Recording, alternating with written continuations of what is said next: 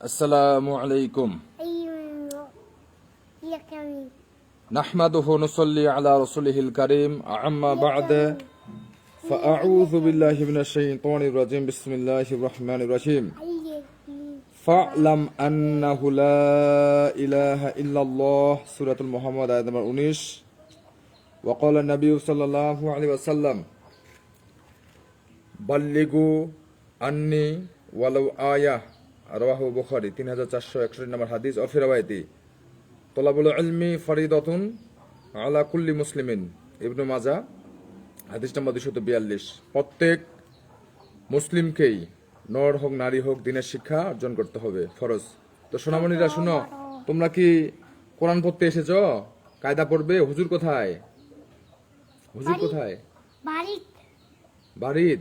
এই তো মসজিদ, এই যে দেখেন সম্মানিত দর্শক, এই যে মসজিদ। বাড়ি কোথায়? বন্দর। বন্দর। তো কখন আসবে সোনামণিরা? একটু দেরি করে আসবে। তা মামনি ওরা আসে না, তোমার হুজুর আসে না, একটু আমি পড়াই সোনামণিরা। আমি তোমাদের হুজুর হই আজকে। হ্যাঁ এ বাবু, আমি হুজুর হই তোমাদের আজকে। বাবা সোনামণি, আমি পড়াই। বলো তো, আউযু বিল্লাহ বলো। মামনি তুমি বলো, আউযু বিল্লাহি মিনাশ শাইতানির রাজীম বলো তো। তুমি কি বলতে পারো মা? বলো আলিফ। আলিফ বাতা পারো? আলবা পড়ায়া আলবা পড়ায়। হ্যাঁ, পড়ায়া আলবা পড়ায়। আলিফ বা পড়ায়। আচ্ছা ঠিক আছে, তোমরা ভাত খেয়েছো দুপুরে? খাতি ভাত খেয়েছো বাবারা সোনামণিরা? খাতি। আচ্ছা, তুমি খেয়েছো? আচ্ছা সম্মানিত দর্শক, এই হচ্ছে নামাজ শেষেই, বালু পড়তে ঠিক আছে। তাই নামাজ শেষেই এই মসজিদের বাড়ির পাশে মসজিদ, হাঁটি হাঁটি পাবা করে আসতে হয় নামাজের ফরজ সালাত। জামাতে পড়া ফরজ। হ্যাঁ, জামাতে পড়া ফরজ।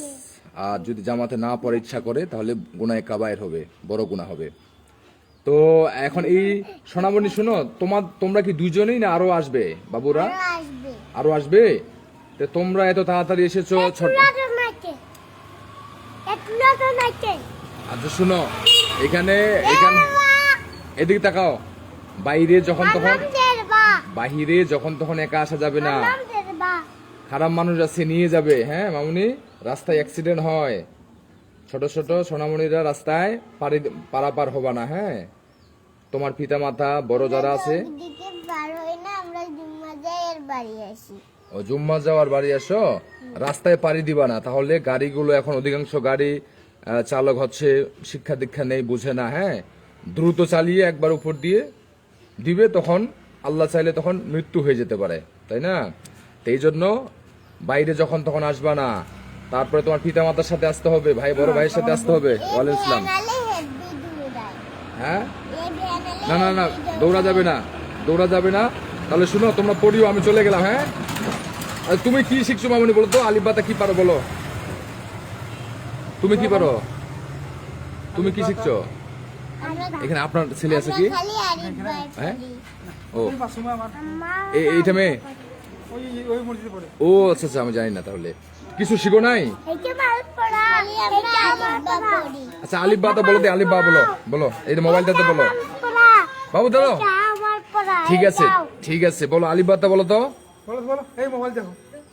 বলো।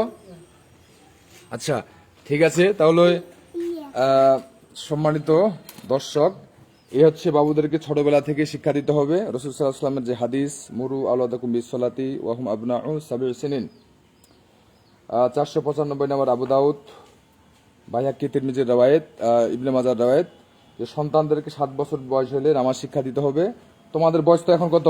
মাত্র 4 বছর, 4 বছর, 4.5 বছর, তাই না? তাহলে এখন থেকে যদি আমরা সুশিক্ষা দিই, এই সন্তানেরা বড় হলে ভালো চরিত্রবান হবে, সরকার চরিত্রবান হবে, ডাক্তার চরিত্রবান হবে, ইঞ্জিনিয়ার চরিত্রবান হবে, ওসি, তাই না ভাই? ওসি, পুলিশ অফিসার, এসপি কি চরিত্রবান হবে। আর যদি মায়েরা বাবেরা যদি ছোট থেকেই কোরআন হাদিসের আদর্শ শিক্ষা না দেয়, তাহলে বড় হয় কি হবে? হ্যাঁ অপারেশন করার দরকার নাই, তাও অপারেশন করে না, ডাক্তার আছে না, কি ডাকাত হবে ভাই নাকি? তো সম্মানিত দর্শক, একজন ভাই বলতেছে যে ডাকাত হবে, তো এইগুলো বিষয়ে খেয়াল রাখবেন, আর লাইভটাকে শেয়ার করে দেন। আর সন্তানদেরকে খেয়াল রাখতে হবে যাতে করে যখন তখন বাইরে না চলতে পারে, কিডন্যাপ হয়, আমরা ইদানিং খবর পেয়েছি, বা রাস্তাঘাটে অ্যাক্সিডেন্ট হয়, তাই না? তাহলে এই ছোট মানুষ সবসময় খেয়াল রাখতে হবে।